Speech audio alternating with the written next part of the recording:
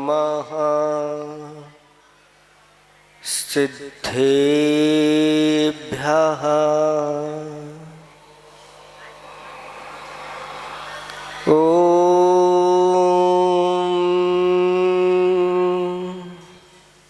नमः सिद्धेभ्यः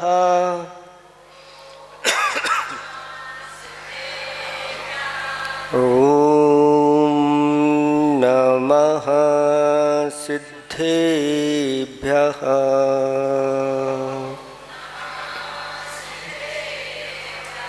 निर्मल जल सामान्य है जिनका, चंदन से हैं दिव्य वचन।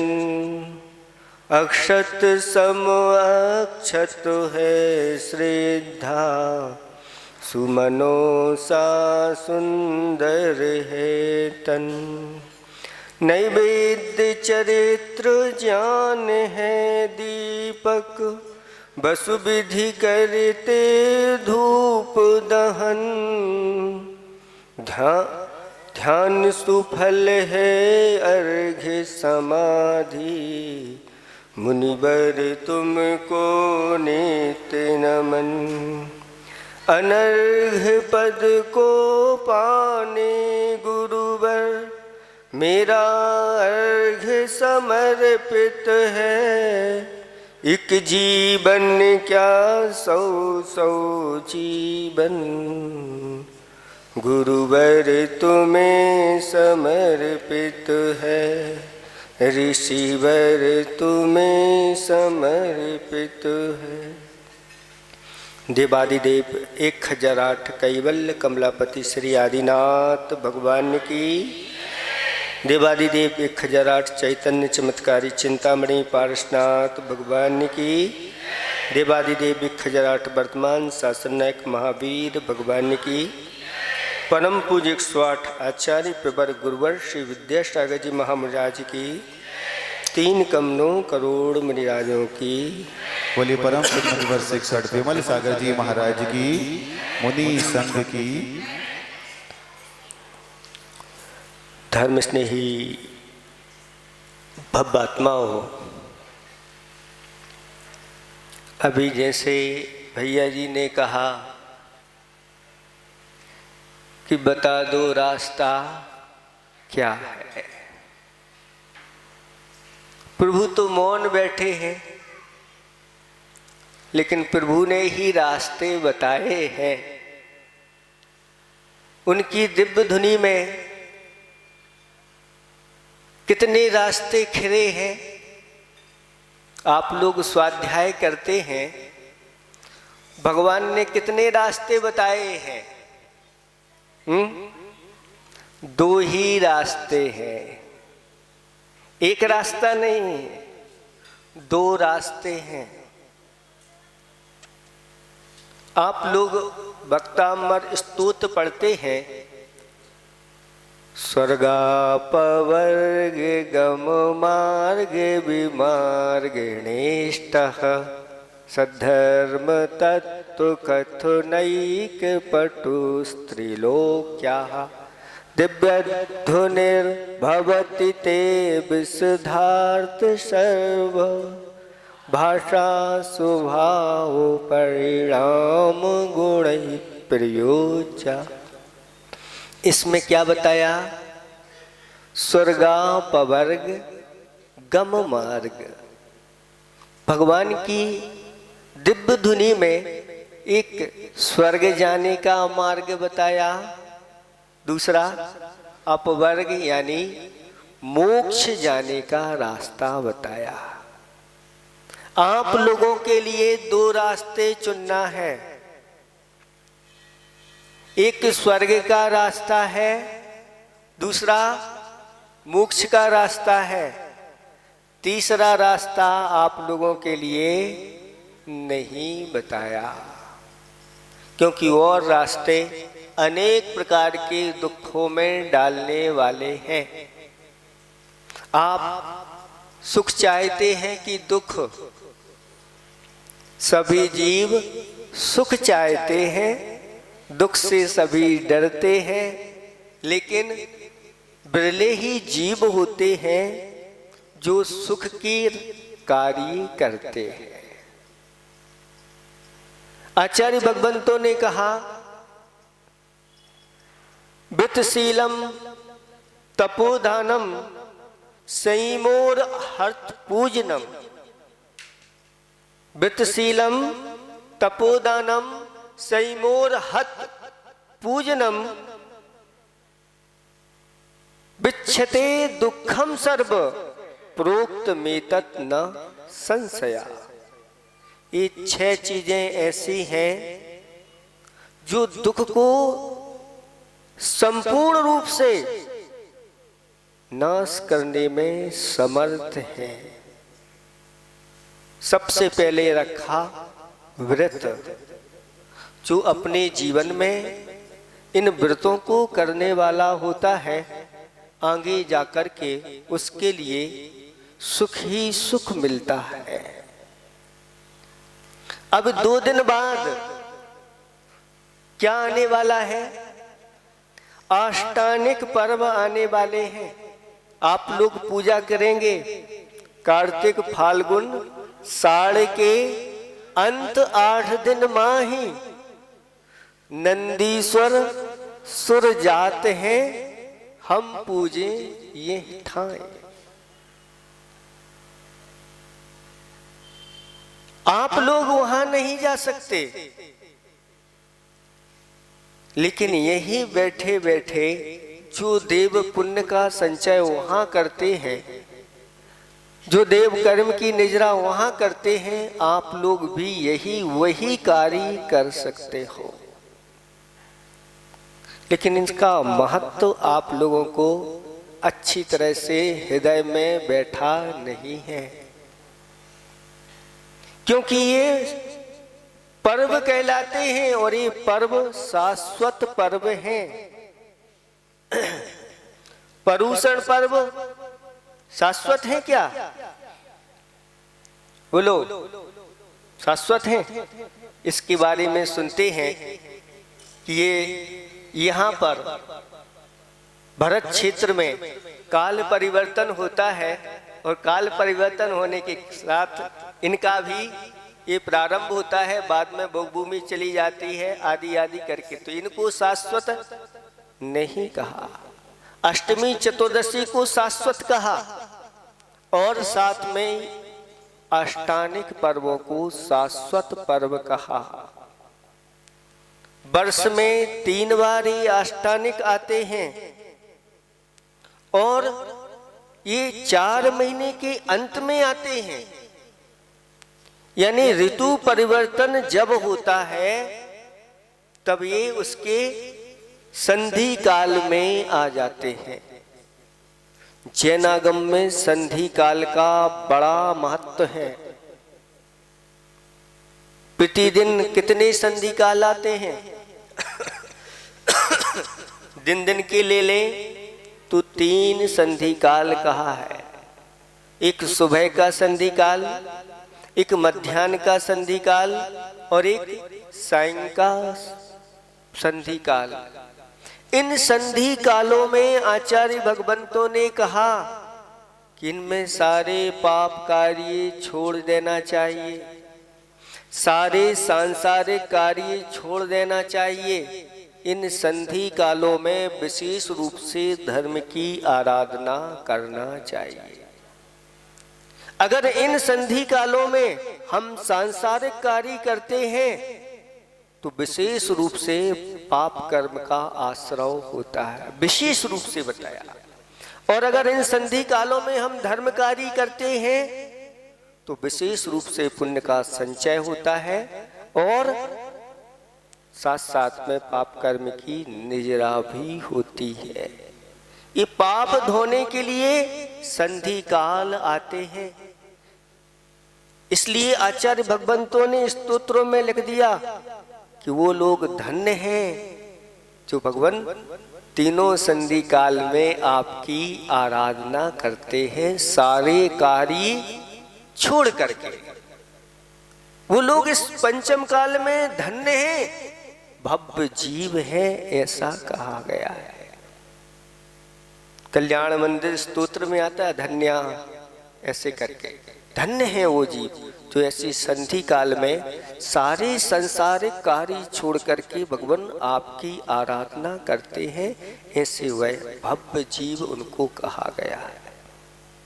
ऐसे ही एक ऋतु के बाद दूसरी ऋतु आती है तो उसमें परिवर्तन होता है, और जब परिवर्तन होता है तो उसमें कुछ शारीरिक विकृतियां भी आती हैं। डॉक्टर लोग सब समझते हैं कि जब ये संधि काल आता है, जैसे ही आषाढ़ का महीना लगने वाला है तो बीमारियां बढ़ने लगती हैं। इसलिए हमारे आचार्य भगवंतों ने ऐसी व्यवस्था रखी है कि ये आष्टानिक पर्व 8 दिन जो अच्छी तरह से व्रतों के साथ निकल लेता है, संयम के साथ निकालता है, एकासन उपवास आदि के साथ निकालता है, वह विशिष्ट रूप से धर्म का संचय तो करता ही है, शारीरिक स्वास्थ्य लाभ भी ले लेता है। तो ये व्रत ऐसे हैं कि अपने पापों का उच्छेद करने वाले हैं। आप लोग व्रत करते हैं, जिनवाड़ी में एक 28 रासा आता है, पढ़ा है आप लोगों ने? कुछ लोगों ने पढ़ा होगा, कुछ लोगों ने सुना भी नहीं होगा कि 28 रासा क्या है। 28 रासा जो है वह एक ऐसी कथा है नंदीश्वर पर्व की, संक्षेप से आज आपके सामने हम रखने जा रहे हैं कि 2 विद्याधर और विद्याधरनी राजा और रानी हैं। शुद्ध भोजन उन्होंने अपने लिए तैयार किया है और इंतजार है अतिथि का। आचार्य ने खाई को लिखा है, रोटी ना मांगो, रोटी बनाना सीखो, खिला के खाओ। सुन रहे हैं आप लोग? रोटी ना मांगो, रोटी बनाना सीखो, खिला के खाओ और फिर दिन भर खिलखिलाओ। ये हमारी भारतीय संस्कृति रही है। आज हम रोटी बनाना नहीं सीखते और पुरुष हैं, महिलाएं हैं और दूसरों पर ही आधारित हो जाते हैं। और अब या तो नौकर नौकरानी लगाओ या फिर होटल में जाकर के खाओ। आचार्य श्री जी एक बार विहार करते चले जा रहे थे और एक होटल पर लिखा हुआ था जैन होटल। आचार्य श्री ने उसको देखा, कुछ युवा भी साथ में चल रहे थे, तो आचार्य श्री जी कहते हैं जैन होटल, जैन होटल। उन युवाओं ने देख करके आचार्य श्री को वो मुस्कुरा दिया, आचार्य श्री ने भी मुस्कुरा दिया और आचार्य श्री ने 1-2 बार कहा, सबकी समझ में आ गया कि यहाँ पर ये कहा जा रहा है अगर जैन हो तो टल, यानी यहाँ से निकल जाओ, होटल में मत जाना। हिंदू हो टल, हिंदू हो तो टल जाओ अंदर। पहले जब शुरुआत में होटल खुली थी, एकाध लोग छिप करके जाते थे, कोई देख ना ले। और अब प्रचार प्रसार करके जाते हैं कि हम कहाँ जा रहे हैं, होटल जा रहे हैं।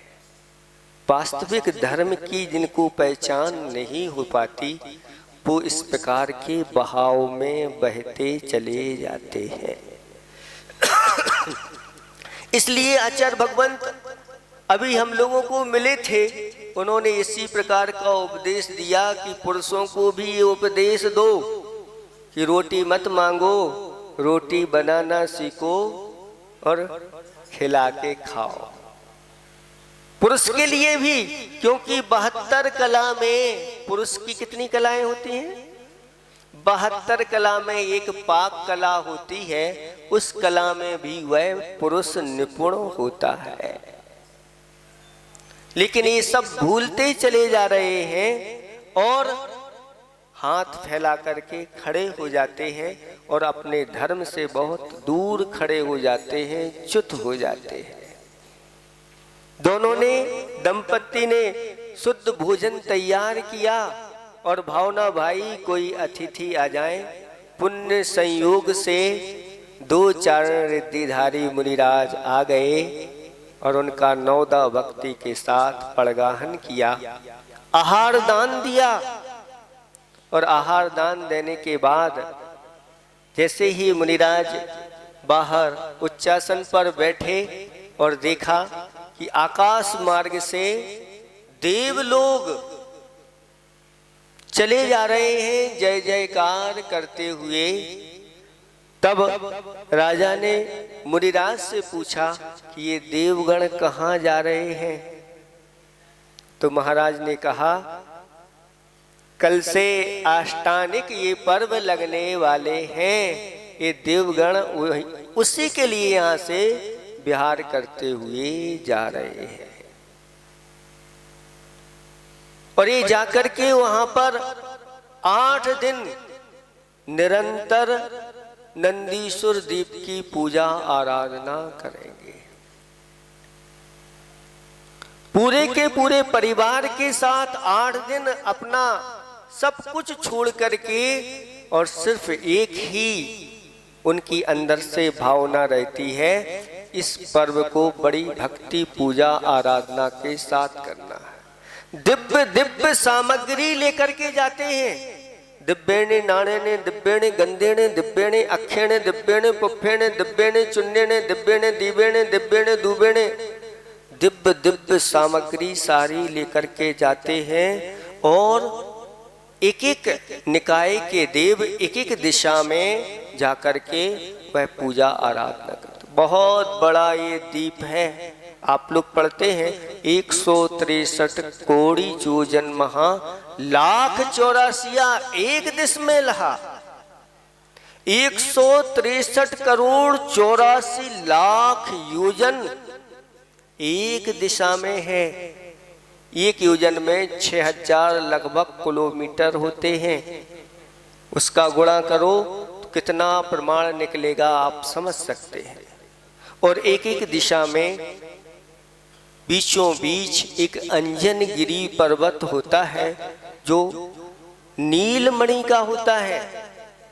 उस नीलमणि पर्वत के ऊपर 84,000 वह योजन ऊपर होता है, 1,000 योजन की उसकी जड़ होती है, और ऊपर जिनालय होता है।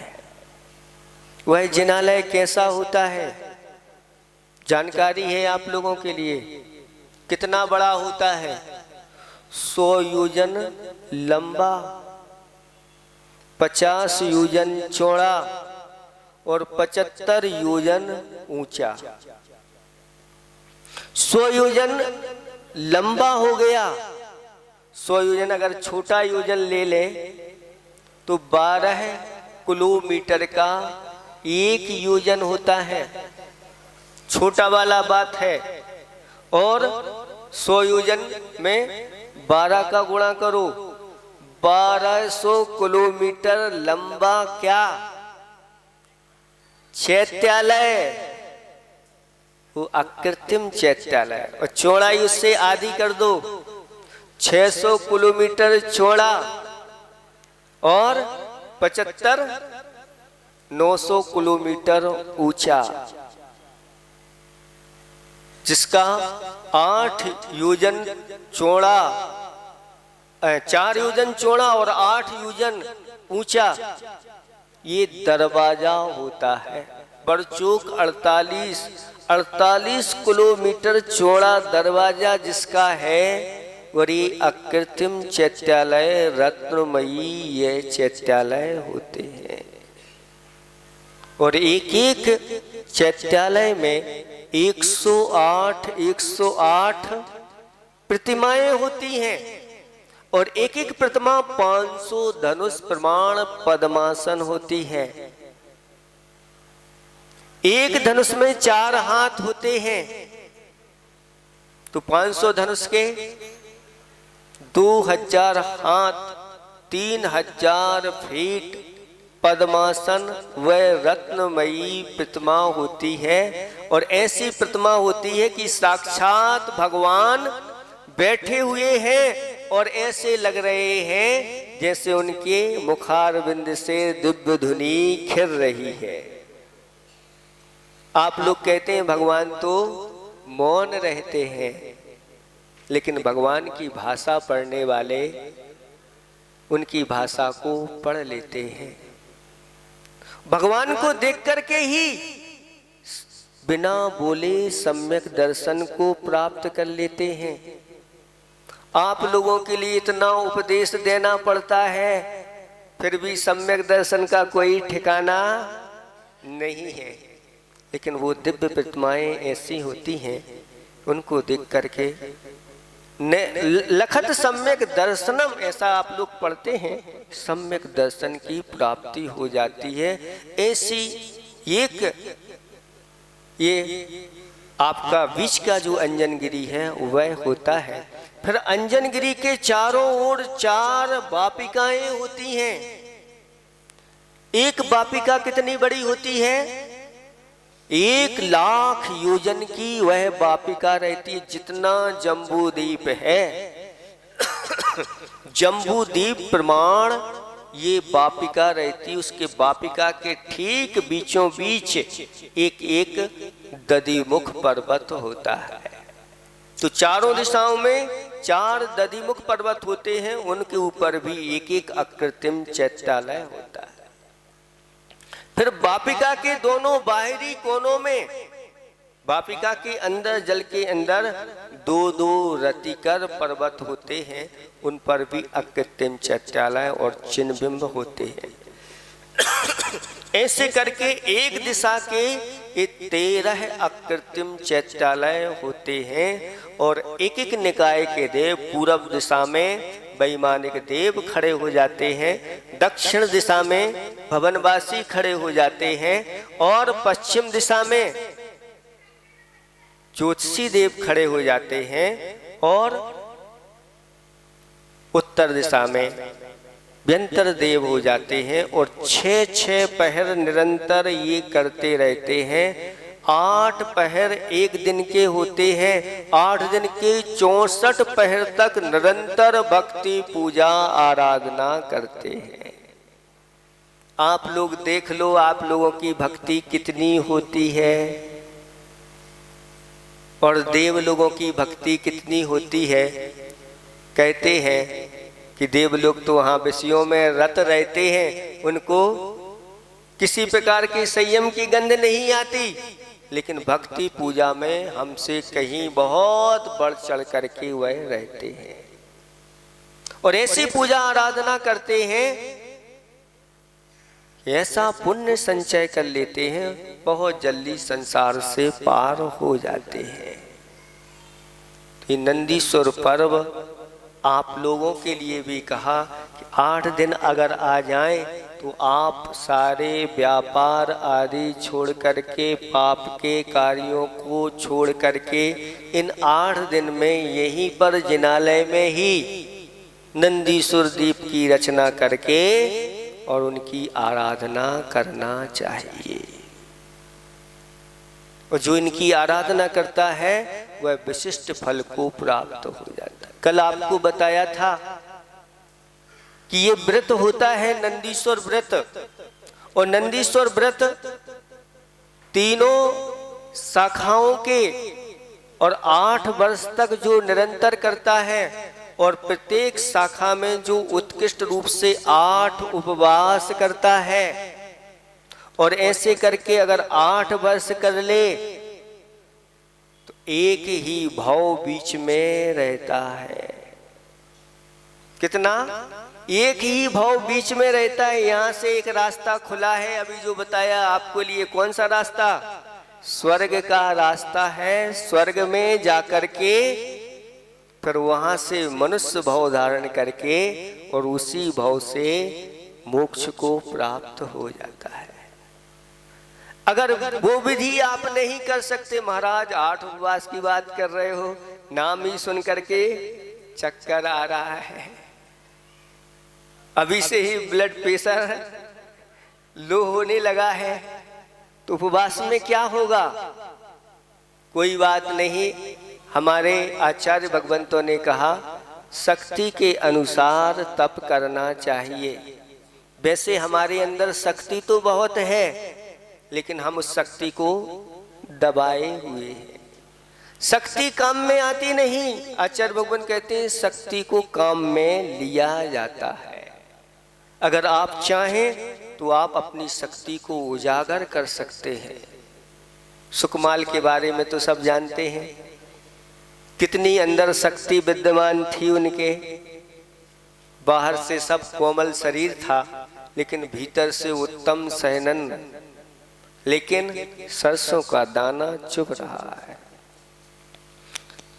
दीपक की ज्योति भी सहन नहीं हो रही है और विषय भोगों में ऐसे लिप्त हैं, अंदर की शक्ति का भान नहीं है। लेकिन गुरुओं की कृपा जब हो जाती है और वह अंदर की शक्ति जब प्रकट करते हैं, तो देख लो सुकमाल ने क्या कमाल कर दिया। और 3 दिन मात्र आयु बची थी, दिगंबर मुद्रा को धारण करके ऐसा तप किया। दीक्षा धारण करते ही प्रायो गमन संन्यास धारण कर लिया और खड़े हो गए। श्यालिनी 3 दिन तक अपने बच्चों के साथ भक्षण करती रही, लेकिन हिले न डुले और ऐसा कार्य किया कि जाकर के अनुत्तरों में जाकर के सर्वासिद्धि आदि में उत्पन्न हो गए। मात्र एक ही भाव बाकी नहीं। ये कहां से शक्ति आ गई? पहले शक्ति नहीं थी। शक्ति भीतर हमारे अंदर विद्यमान है। अनंत शक्ति का स्रोत यह आत्मा है। जब ये भान हो जाता है तो फिर वह तैयार हो जाता है कर्मों से लड़ने के लिए और बहुत जल्दी वह अपनी कार्य की सिद्धि कर लेता है। जगन्य विधि क्या है? तो जगन्य विधि एकासन है। अगर आप नहीं कर पाते तो आप एकासन करिए। 8 दिन एकासन करिए। एकासन का अर्थ होता है एक ही बार आसन लगा करके आप लोगों को भोजन करना है। दूसरे आसन नहीं बदलना है। एक आसन से आप जितने समय तक बैठ सको आप बैठे रहिए। 1 घंटे, 2 घंटे, 2.5 घंटे, 5 घंटे, 6 घंटे बैठे नहीं पाओगे तो जितनी आसन आपकी लग जाए। मुनिराजों के लिए कहा है कि 2 घंटे 24 मिनट ये उत्कृष्ट चर्या का समय दिया है। अगर खड़े होने की शक्ति है तो अगर इस प्रकार से क्षुधा तीव्र है, समन नहीं हो रही है तो कर सकते हैं। ऐसे ही आप लोगों की बैठने की जितनी शक्ति है आप लोग भी इस प्रकार से एकासन करें। मना नहीं है आपको, अच्छी तरह से एकासन करें। 24 घंटे आपके भगवान के भजन करते हुए निकले। ये विधि है। तीसरी विधि है कोमली विधि। कल हमने उसकी चर्चा आप लोगों से की थी। उस कोमली विधि में बताया है कि अष्टमी का उपवास करना है अथवा पहले दिन उपवास करना। इस बार व्रत कब से चालू हो रहे हैं? सप्तमी से हो रहे हैं। तो सप्तमी से ना करके अष्टमी से करें। 1 दिन कम हो जाएगा, 7 करना पड़ेंगे। नहीं, आगम में ये विधि नहीं है। आगम में कहा है अगर 1 दिन कम हो रहा है तो 1 दिन पहले से आप उस व्रत को प्रारंभ करिए और अगर एक दिन बढ़ता है तो 9 दिन के होते हैं तो 8 दिन कर ले क्या? नहीं, आपको 9 दिन ही करना है। यही आगम की विधि है और तीसरी कोई विधि नहीं बताई। तो तीसरी विधि कोमली विधि आपको बताए रहे हैं। अष्टमी के दिन उपवास करना, इसका फल बताया गया है कि इस दिन अगर उपवास करते हैं तो 10 लाख उपवासों का फल मिलता है। ये ऐसा क्यों बताया गया? विचार किया तो उसमें बताया गया कि ये काल का ही विशेष प्रभाव होता है। इन कालों में जो संकल्प पूर्वक जो इस प्रकार के व्रत आदि करता है उसको विशिष्ट पुण्य संचय होता है और कर्म निजरा भी वह विशेष करता है। इसलिए चूकना नहीं है आप लोगों के लिए। अब 2 दिन बाद अष्टानिक व्रत प्रारंभ होने वाले हैं और हम भी व्रत कर रहे हैं। 5वीं साल हमारी चल रही है। अगर आप लोग भी हमारे साथ शामिल हो जाओ तो फिर कहना ही क्या है। आपने अकेले तो बहुत किए होंगे, लेकिन महाराज जी के साथ अगर आप प्रारंभ करते हैं तो ये आप लोगों का बहुत बड़ा सौभाग्य है। और साथ साथ में आपके दृष्टियों ने एक बहुत अच्छा यहाँ पर विधान की भी रचना कर दी है। आनंद के साथ, उत्साह के साथ आप विधान भी करिए और अपने व्रत भी करिए। कब आपके ये दिन 8 निकल जाएंगे पता नहीं चलेगा। तो अष्टमी के दिन उपवास करना, बाकी के दिन क्या करना? तो चतुर्दशी तक ऐसा कहा, एक अन्न आदि लेकर के और उसमें आप कुछ रसों आदि का त्याग करके एकासन करना और अंतिम दिन पूर्णिमा के दिन उपवास करना। और उस उपवास का फल बताया है 3.5 करोड़ उपवासों के बराबर फल बताया है। अपने जीवन में कभी लाखों उपवास कर सकते हो आप, करोड़ों कर सकते हो, लेकिन आगम की विधि तो देखो। इतनी सुविधा आप लोगों के लिए बता दी कि चतुर्थ काल में जो कोटि वर्ष तक करोड़ों करोड़ों उपवास आदि करते थे और अंत समय में सल्लेखना धारण करके और स्वर्ग चले जाते थे, वही आप लोगों के लिए अब करोड़ों उपवास की आवश्यकता नहीं है। आप लोग मात्र 2 उपवास करिए। 4 महीने में मात्र 2 उपवास करना है, अष्टमी का और पूर्णिमा का। ऐसे करके आप 8 वर्ष तक करिए। आप लोगों के लिए वो करोड़ों उपवासों का फल इस पंचम काल में मिल जाएगा। इसमें किसी प्रकार का कोई संशय नहीं करना। जिनेंद्र भगवान के वचनों में जो संशय करता है उसके लिए फिर प्रश्न चिन्ह लग जाता है, ये सम्यक दृष्टि है कि नहीं है। इसलिए किसी प्रकार का संशय नहीं। ये तो बहुत कम बताया है। जिनेंद्र भगवान की व्रत पूजा आराधना का फल तो अनंत फल बताया है कि अनंत फल को प्राप्त हो जाता है, यानी अनंत सुख को देने वाला है। ऐसा यह फल बताया गया है। आप लोग अगर वो विधि करना है मध्यम विधि, तो मध्यम विधि भी प्रारंभ कर सकते हैं। ये तो हो गई आपके व्रत संबंधी शक्ति। इसी प्रकार से इसमें दान भी किया जाता है। दान भी कैसा किया जाता है? गुणित क्रम से दान किया जाता है और उसका फल भी गुणित क्रम से प्राप्त होता चला जाता है।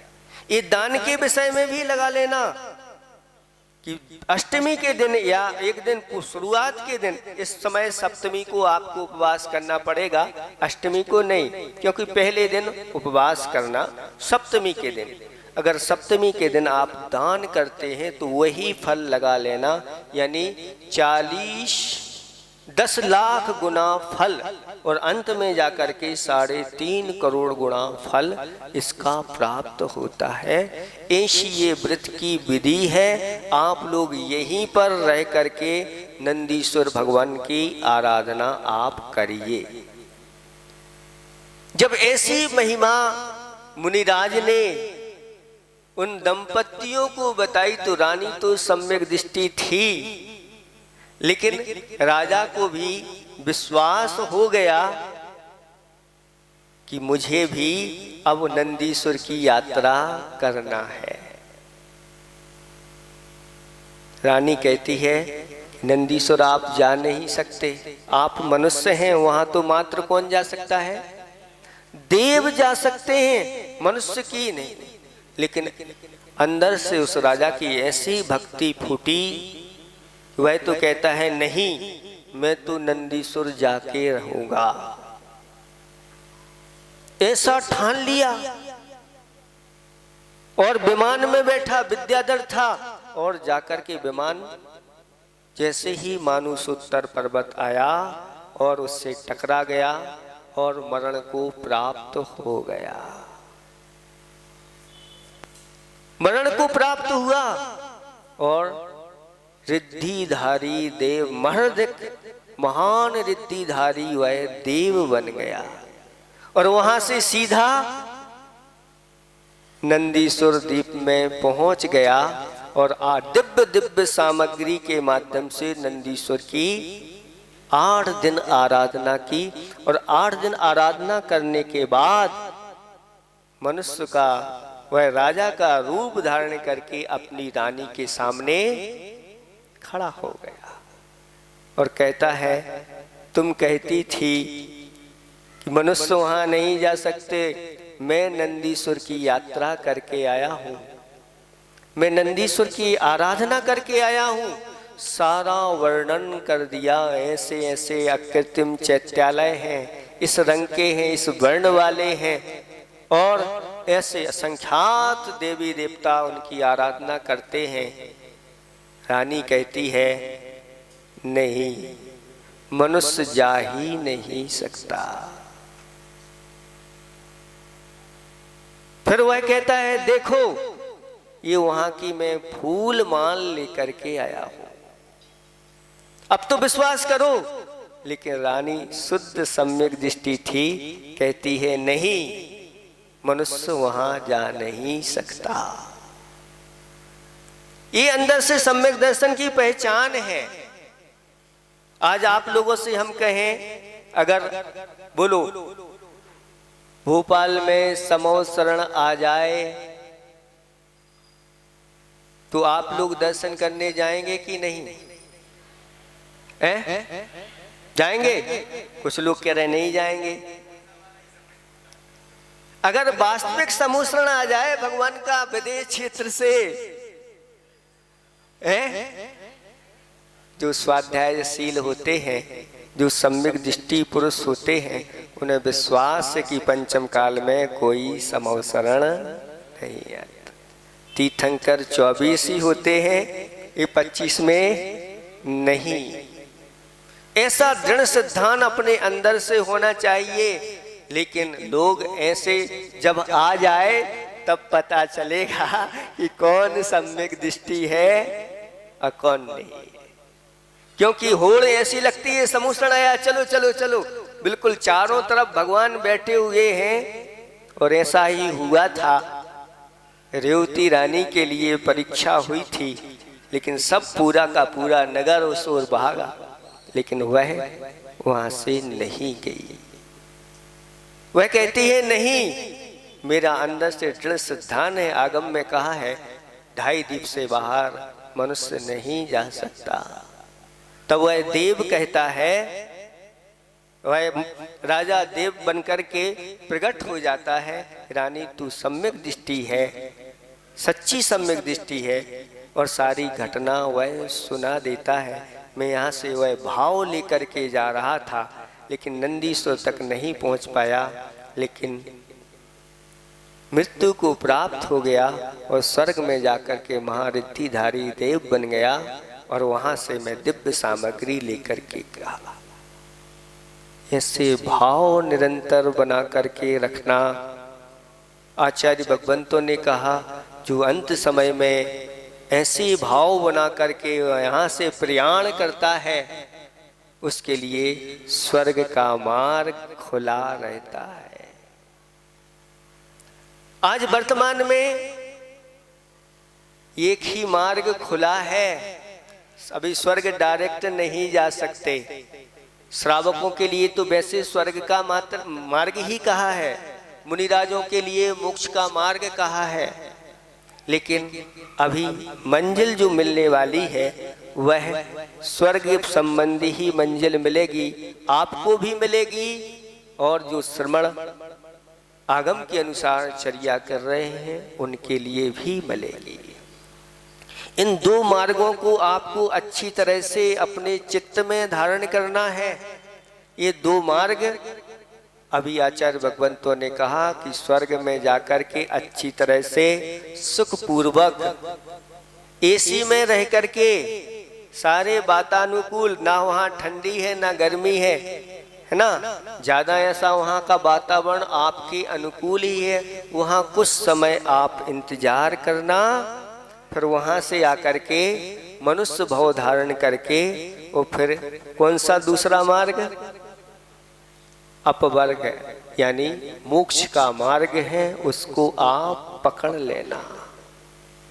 ऐसी ये विधि बताई जा रही है कि ये पापों से विच्छेद करने वाला यह मार्ग है और वह राजा देवों के सुखों को प्राप्त होकर के वहां से यहाँ आता है मनुष्य भाव में, और मनुष्य भाव में ही वैराग्य को धारण करके और वह कर्मों का क्षय करके केवल ज्ञान प्राप्त करके और मुक्ति का भाजन बन जाता है। उसी भाव से वह मोक्ष चला जाता है। ये महिमा बताई गई है। रानी ने भी इस व्रत को किया और स्त्रीलिंग छेद करके वह देव पर्याय को प्राप्त हुई और वहां से आकर के मनुष्य बन करके मुक्ति की प्राप्ति हुई। ये छोटे छोटे व्रत अपने आप में बहुत बड़े कार्य कर देते हैं।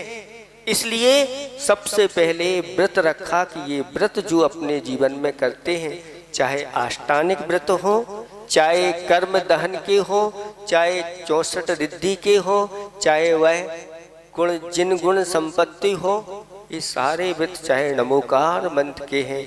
आप इतिहास उठा करके देख लो, जिन्होंने ये व्रत किए हैं आगे जाकर के उनके सारे सुख के मार्ग खुले हैं। इसलिए डरना नहीं। अगर डरते रहोगे तो इस संसार के दुख से छूट नहीं पाओगे। और एक बार अगर आपका यह डर छूट गया और एक बार भी अगर आपने ये व्रत कर लिया और अंत में जाके अगर समाधि मरण कर ली तो स्त्री पर्याय से छुटकारा और सुदेवत्व सुमानुषत्व यही प्राप्त होते हैं। इसलिए ये व्रत आने वाले हैं, संधि काल आने वाला है। इस संधि काल में आप लोगों को घर नहीं बैठना है, उत्साह के साथ। ये कह रहे थे भैया जी अभी उत्साह दिख नहीं रहा है लोगों का, लेकिन चिंता नहीं करना, उत्साह धीरे धीरे ही जागृत होता है और इन लोगों का ऐसा उत्साह होगा, ये पूरा भरा हुआ होगा और यहाँ पर आराधना 8 दिन के लिए अच्छी तरह से चलेगी।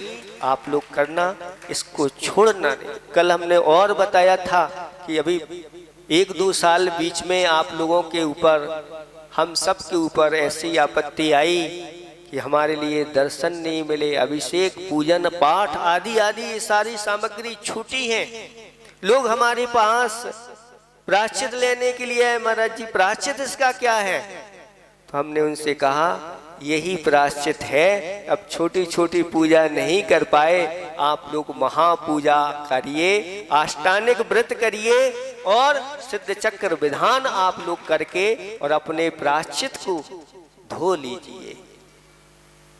ये विधि ऐसी विधि है इस विधि के माध्यम से आगे विधाता की प्राप्ति हमारे लिए हो जाती है।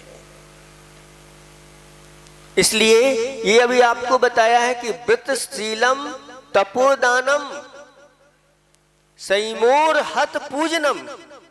व्रत है, शील है, तप है, दान है, संयम है और अरहत पूजन जिनेन्द्र भगवान की पूजन है। ये 6 ऐसे हैं वस्तुएं जो सारे दुखों से छुड़ा करके और ऐसे सुख को प्राप्त करा देते हैं, पर उसके बाद कभी दुख आता नहीं। हमें ऐसा ही सुख प्राप्त करना है। ऐसा सुख कौन सा सुख है? पंचम काल में ऐसा बताया है कि भव्य कौन है जो इस प्रकार से श्रद्धा रखता है कि सर्वश्रेष्ठ सुख जो है वह सिद्ध भगवान का है और वही श्रेष्ठ सुख मुझे प्राप्त करना है। ऐसी जो वर्तमान काल में श्रद्धा रखता है उसके लिए कहा वह भव्य है। भव्य की ये पहचान है। इस पंचम काल में उन्हीं को भव्य कह दिया आचार्य भगवंतों ने। इसलिए आप लोग अच्छी तरह से इन व्रतों को आप लोगों को करना है और इन व्रतों को करते हुए विशुद्धि बढ़ाना है। इन व्रतों के साथ साथ और भी बहुत सारी चीजें हैं, क्रम क्रम से हम आपको बताते चले जाएंगे। आज चूंकि नंदीश्वर ये पर्व आने वाला था, आप लोगों को इसकी जानकारी देना बहुत जरूरी थी, क्योंकि बहुत सारे लोगों को इसका ज्ञान नहीं होता और अपने ही पाप कार्यों में लगे रहते हैं। नहीं बंधुओं, इन क्षणों में जैसे आप लोग पर्युषण पर्व में सारे कार्य छोड़ देते हैं और पर्युषण में आप भाग लेते हैं, ऐसे ही इन आष्टानिक पर्वों में आपको लेना चाहिए और उन पापों से बच जाना चाहिए। ये बहुत ही श्रेष्ठ व्रत कहे गए हैं। ऐसे बहुत सारे उदाहरण हैं। आदिनाथ भगवान यहाँ के मूल नायक हैं और आदिनाथ भगवान के पूर्व भाव देखो, जब महाबल की पर्याय में वह थे और केवली भगवान ने बताया था कि मात्र इनकी 1 माह की आयु बची है और जाकर के अपने मंत्रियों को कह दिया अपने स्वामी को जाकर के संबोधन करो। तब उन्होंने घर छोड़ करके उन 8 दिनों में अष्टानिक में ऐसे ही महान तपस्या की थी। वह परिणाम स्वरूप आगे जाकर के आदिनाथ भगवान के रूप में आप लोगों के लिए इस अवसर काल के पहले तीर्थंकर के रूप में उनका जन्म हुआ। अगर आपकी शक्ति नहीं है तो महाराज क्या करें, और सरल उपाय बता दो। एक आसन करने की भी शक्ति नहीं है तो कोई बात नहीं, आचार्य भगवान कहते हैं अच्छी तरह से इनके ऊपर श्रद्धा रखो और ऐसी भावना करो कि ये जल्दी से जल्दी मुझे ये व्रत प्राप्त हो जाए। महिलाएं व्रत करने में सबसे आगे रहती हैं और पुरुष सबसे पीछे रहते हैं। ऐसा क्यों? मतलब इनको तो अपने पुरुष पर्याय का घमंड हो गया है कि अब मुझे पुरुष पर्याय मिल गई है और मैं संसार से बहुत जल्दी पार हो जाऊंगा। ऐसा नहीं है बंधुओं, इस अभिमान को आप लोग छोड़ दो। और ये लोग अपनी पर्याय की निरंतर निंदा करती रहती हैं। हे भगवान, हे गुरुदेव, ऐसा आशीर्वाद दो यह स्त्री पर्याय हमारी छूट जाए। और अनेक व्रतों को ये करके और उसी की तैयारी कर रही है। ऐसा नहीं हो आप पीछे रह जाओ और ये आगे निकल जाए, क्योंकि धर्म मार्ग में कौन कब आगे हो जाए, कौन कब पीछे हो जाए, कह नहीं सकते, इसलिए इन सब की धर्म की आप आराधना करते चले जाओ। इतना ही हम पर्याप्त समझते हैं। कल आचार्य भगवंत का 55वां संयम दीक्षा दिवस आप लोगों के लिए मनाने का सुअवसर मिल रहा है। 55 वर्ष इस कली काल में आचार्य भगवंतों ने कहा, एक वर्ष की तपस्या जो चतुर्थ काल में 1000 वर्ष की तपस्या होती है, वो यहाँ पर एक वर्ष अगर कोई मुनिराज बन के रत्नात्रय का पालन कर ले तो 1000 वर्षों में जो कर्म की निजरा होती है वो यहाँ एक वर्ष में हो जाती है। ऐसे 55 वर्ष उनके संयम के साथ उनके निकले हैं। आप विचार कर सकते हैं, 55 साल से जिन्होंने नमक नहीं खाया, महाराज ऐसी कैसी शक्ति आप लोगों के पास आ जाती है। हम लोग तो 1-2 दिन ना लें तो ब्लड प्रेशर लो हो जाता है, और जिन्होंने 55 वर्ष निकल गए, इस प्रकार से मीठा आदि का ग्रहण नहीं किया और कई वर्षों से हरी नहीं ली, और फिर भी आप लोगों से हरे ज़्यादा बढ़कर के हरे भरे हुए दिखाई देते हैं। आप विचार कर सकते हैं, ऐसी उम्र में वृद्ध दशा में जो लोग लाठी पकड़ लेते हैं, और वह कहां से, कौन से स्थान से विहार हुआ? पटनागंज रहली से गर्मी में विहार किया, और जब गर्मी में विहार किया तो देवों ने भी आकर के घुटने टेक दिए और उनको वर्षा करनी पड़ी। देव लोग भी हार जाते हैं उनके सामने, नतमस्तक हो रहे हैं। और सबसे ज्यादा विहार अभी संघ में इतना बड़ा विहार हम लोगों का किसी का आचार्य भगवंत ने नहीं करवाया। हम लोग आचार्य भगवंत से कहते हैं, हम लोगों के संकेत क्यों नहीं आ रहे? आप तो ऐसी गर्मी में विहार करते हो, तो महाराज से कह देना अभी गर्मी है, पास में जाना, ऐसा नहीं, अभी गर्मी का समय है, मौसम अनुकूल होने दो, तब आपके लिए संकेत दिए जाएंगे। और स्वयं के लिए निरंतर बढ़ते चले जा रहे हैं। गुरुदेव बहुत जल्दी उस स्थान पर पहुंचे जहां वर्षों से वह भूमि प्रतीक्षा है। उनके चरण रज पड़ते ही वहाँ का माहौल क्या होगा आप सब समझ सकते हैं।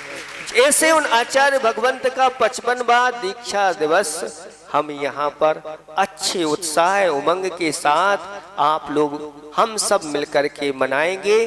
साथ साथ में बहुत अच्छे अच्छे संस्मरण आप लोगों को मुनिराजों के द्वारा सुनने को मिलेंगे। आप लोग थोड़ा सा जल्दी करना। आप लोग अब देखो, मुनिराजों का आप लाभ लेना चाहते हैं, आप लोगों को अच्छा लग रहा है कि नहीं लग रहा है? कुछ समझ में आ रहा है कि नहीं आ रहा है? ऊपर से तो नहीं जा रहा है, थोड़ा भीतर जा रहा है कि नहीं? अगर भीतर जा रहा है तो हमारी बोलने की सार्थकता है, नहीं तो अगर नहीं जा रहा है तो अच्छे 4 महीने मौन ले लेते हैं और आप भी घर बैठ करके अपनी साधना करो और हम भी अपनी साधना करते हैं। आप अपनी करो, हम अपनी करते हैं। क्या पसंद है आपको बताओ?